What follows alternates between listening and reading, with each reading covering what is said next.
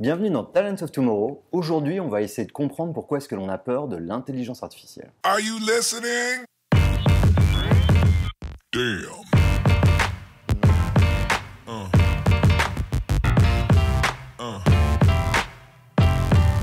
Tout d'abord, de quoi on parle? On a peur de quelque chose dont on ne sait même pas vraiment quels sont les contours. Parce que l'intelligence artificielle, c'est aussi la robotique, c'est aussi l'automatisation, c'est aussi la singularité technologique. Donc en fait, il y a beaucoup de choses associées à un seul mot.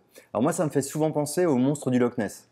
C'est-à-dire que tous les Écossais vont en parler, croient l'avoir vu à un moment donné de leur vie, mais en fait, personne ne sait vraiment ce que c'est et personne ne sait vraiment si ça existe pour de vrai. L'IA, on a l'impression que c'est un petit peu ça, on a du mal à comprendre ce que c'est. Alors en un mot, on parlerait de programmes informatiques qui sont capables de faire ce qui normalement requiert de l'intelligence humaine. On pourrait le définir un peu comme ça.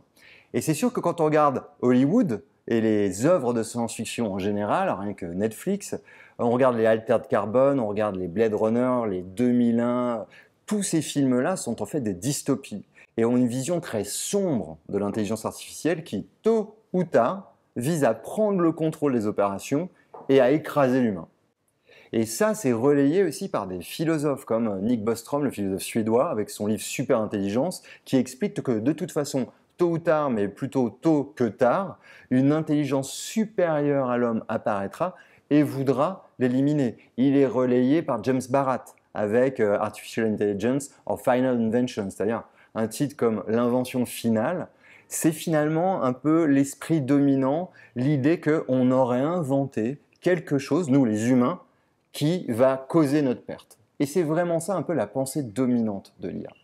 Mais si on retourne un peu sur le plancher des vaches, on peut se dire, quand on voit que les médecins n'arrivent même pas à s'accorder sur le fait que les œufs soient bons ou mauvais pour la santé, comment avec le peu d'informations qu'on a aujourd'hui, on pourrait savoir si l'IA va être bonne ou pas pour nous? La vraie question, c'est de savoir comment va fonctionner l'IA et est-ce que l'IA va répondre à la façon dont nous, on fonctionnerait. Si on prend par exemple rien que les films hollywoodiens, il y a toujours ce moment où le héros hésite entre sauver son chien d'un côté et sauver toute l'humanité.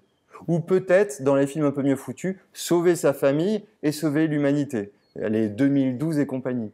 C'est pas du tout rationnel. En tant qu'individu, évidemment qu'on va fonctionner comme ça. Mais est-ce qu'une intelligence artificielle hésiterait entre sauver une personne et 7 milliards? Pas sûr. Plus proche de nous, les voitures sans chauffeur. Quand il va y avoir un Beams sur la route et qu'il va y avoir cette décision entre rentrer dans une voiture avec 2 ou 3 enfants en bas âge et rentrer dans un car avec 80 personnes âgées. Qu'est-ce que va choisir l'intelligence artificielle? Qu'est-ce qu'on choisirait nous?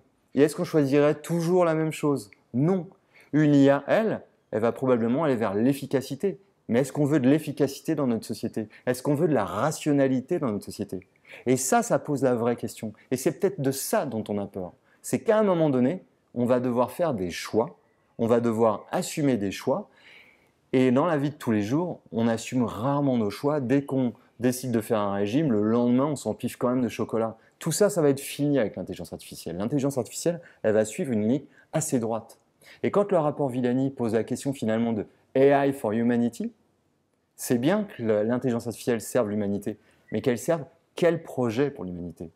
On n'est pas encore aujourd'hui capable de définir un projet de société, le projet de la société de demain. On ne s'est pas posé ces questions vraiment collectivement sur la société, l'impact social, l'impact éthique, tout ce que vous voulez. On n'a pas répondu à ces questions et on en est déjà à savoir si l'IA va nous servir. Donc peut-être qu'il faut avoir peur de l'IA, peut-être pas, mais assurément, il faut se poser les questions aujourd'hui, dans les 5-10 prochaines années, de la société dans laquelle on a envie de vivre et de savoir effectivement comment l'IA, la robotique et toutes ces technos exponentielles pourront ou non nous aider dans notre projet de société. Alors si vous voulez laisser un commentaire, laissez-le sur la chaîne, abonnez-vous et je vous dis à très bientôt.